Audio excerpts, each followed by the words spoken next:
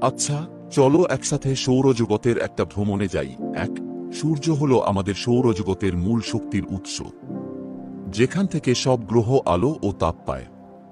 সূর্যকে আমরা একটা বড় আগুনের বলের মতো কল্পনা করতে পারি। দুই, বুধ হলো সূর্যের সবচেয়ে কাছের গ্রহ।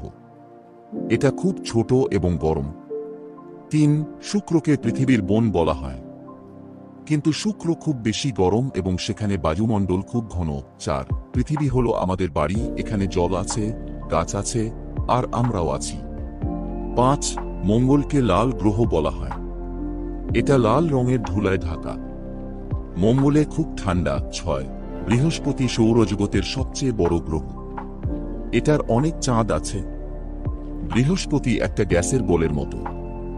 সাত, শনির চারপাশে অনেক রিং আছে, এই রিংগুলি বরফ আর পাথরের টুকরো দিয়ে তৈরি। আট, ইউরেনাস একটা আজব গ্রহ, এটা পাশাপাশি ঘোরে। নয়, নেপচুন সৌরজগতের সবচেয়ে দূরের গ্রহ, এটা খুব ঠান্ডা এবং এখানে প্রচণ্ড ঝড় হয়।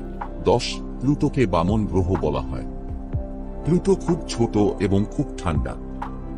এবার তোমরা বলো, তোমাদের কোন গ্রহটা সবচেয়ে পছন্দ?